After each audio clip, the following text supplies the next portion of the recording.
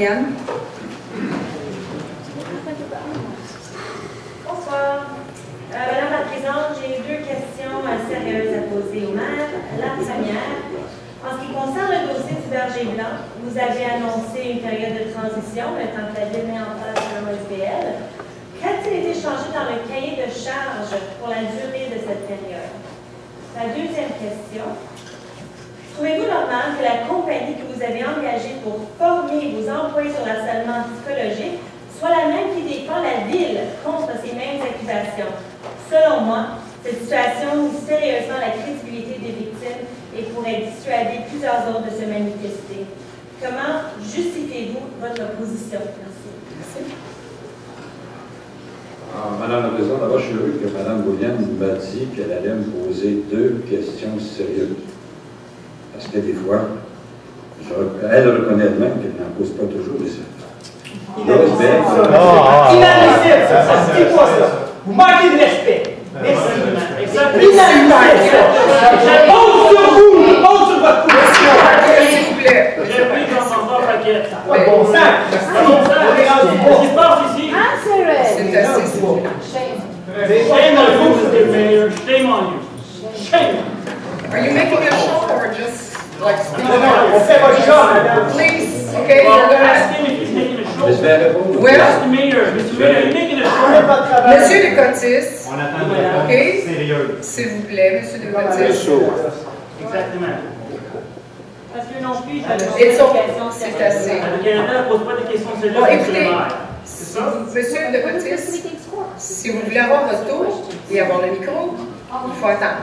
Là, si vous ne voulez pas avoir la réponse que votre coéquipière ou Mme Abouliane a posée, vous avez juste à dire, on peut sauter dessus. On ne veut pas que le maire insulte personne ici. C'est pas la façon Regardez, de réagir comme un maire de Laval. Monsieur de Madame la Cotis, Présidente, je ne contrôle pas le caractère et la façon d'agir de ceux qui posent des questions. Et quant à moi, Madame la Présidente, je prends le rôle que j'exerce extrêmement au sérieux.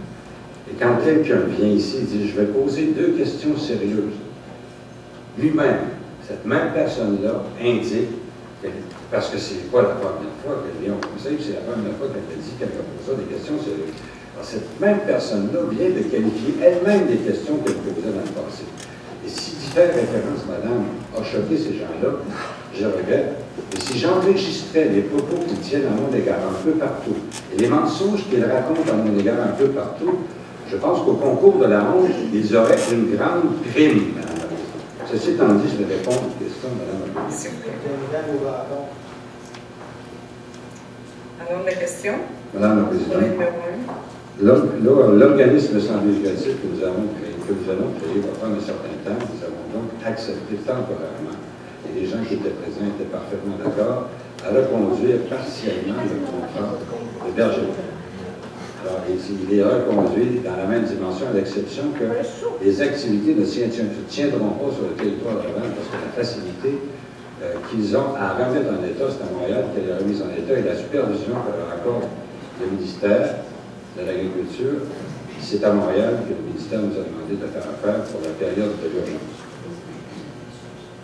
Et je rappelle que personne n'a répondu à l'appel d'offres de Laval, ni la SPCA, ni aucune autre entreprise. Alors, on ne peut pas discréditer ceux qui ne se sont pas présentés, mais personne n'a soumis une offre, ni le berger blanc n'a soumis une offre.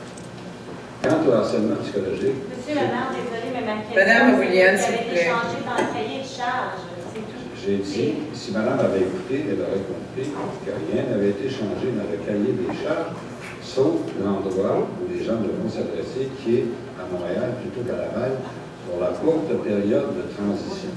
Si madame avait écouté, elle aurait compris. Et je n'ai pas l'habitude de parler pendant qu'elle parle, je comprends qu'elle ne doit pas vous aider de le même égard que j'ai à son nom. Le harcèlement psychologique, Madame la Présidente, il y a un tribunal qui entend ça entièrement, et le tribunal est parfaitement impartial. Alors, à ce niveau-là, je ne pense pas que ceux qui ont été apportés pourraient être en difficulté, compte tenu que c'est un tribunal neutre qui les entend. Monsieur David de Cotis.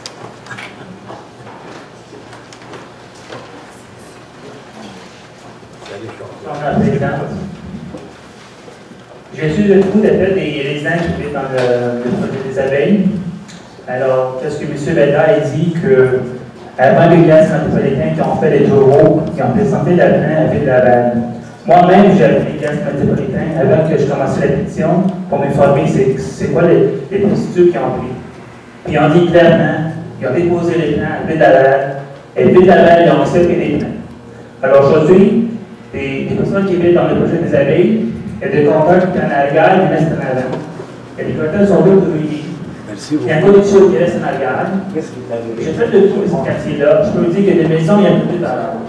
Alors, ce soir, je vais vous présenter une pétition déposée à la ville de Laval, que peut-être la ville de Laval pour regarder l'évaluation de ces maisons-là et réduire les taxes, s'il vous plaît.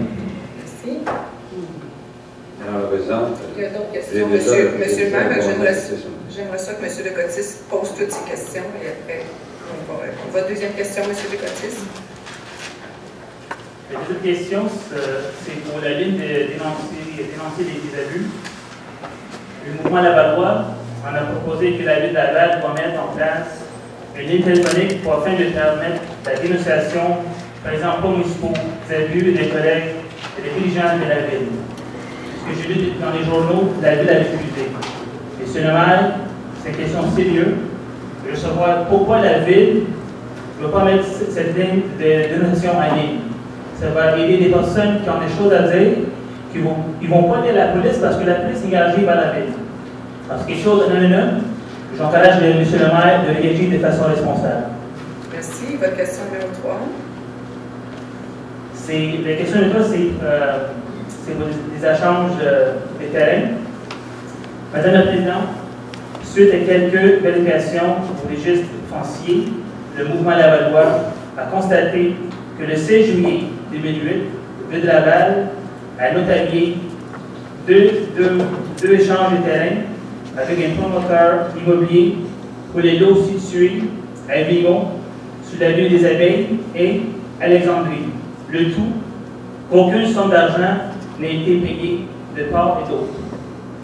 Évalué à 194 000 $, le superficie total des lots échangés appartenant à la ville de Laval était de 4 570 mètres carrés, contre 4 700 mètres carrés pour le promoteur en question. En première vue, cet échange semble en faveur de la ville. Par contre, lorsque nous prenons le plan cadastral, à l'époque des lots échangés par la ville, et qu'on le superpose sur le plan actuel, nous pouvons facilement voir que les lots sont des terrains résidentiels. Si nous faisons le même exercice avec les lots du promoteur, nous voyons que les lots qu'il a échangés en faveur de la ville correspondant à des parcelles de voie publique, parcs et bassins de rétention qui auraient de toute façon dû céder gratuitement pour $1 dans le cadre de son projet. En résumé, Madame la Présidente, la Ville a échangé des terrains résidentiels prêts à construire gratuitement un promoteur immobilier contre des bouts de rue. En plus, cet promoteur est un contributeur au cours de la loi. Madame la Présidente, la question au maire, c'est Monsieur le maire, est-ce que vous trouvez cette transaction, telle que citée dans mon préambule, est en lien avec les valeurs d'équité, prudence et équité qui sont stipulées dans le code d'éthique de Laval? Merci, Madame la Présidente. Sur les compteurs, Madame la Présidente, je pense que j'ai abondamment répondu. Quant à la ligne pour dénoncer les abus, Laval en a maintenant une, il y en a déjà une qui existe à la province. Toute personne voulant dénoncer un abus peut le faire en toute immunité et c'est garanti par la province. Alors, je ne sais pas pourquoi chacune des villes viendrait annuler et tripler les efforts qui sont déjà supportés. Troisièmement, dans l'échange que M. parle du 16 juillet 2008, je demandais à ce qu'on fournisse un rapport et j'ai rendu le rapport quelques jours. Mr. Corcan, Tourichian. Je n'ai pas de question, désolé. Madame la Présidente, à la troisième question, j'ai dit que je vais demander un rapport complet sur la transaction et dès que je l'aurai, je le rendrai public avec les conclusions.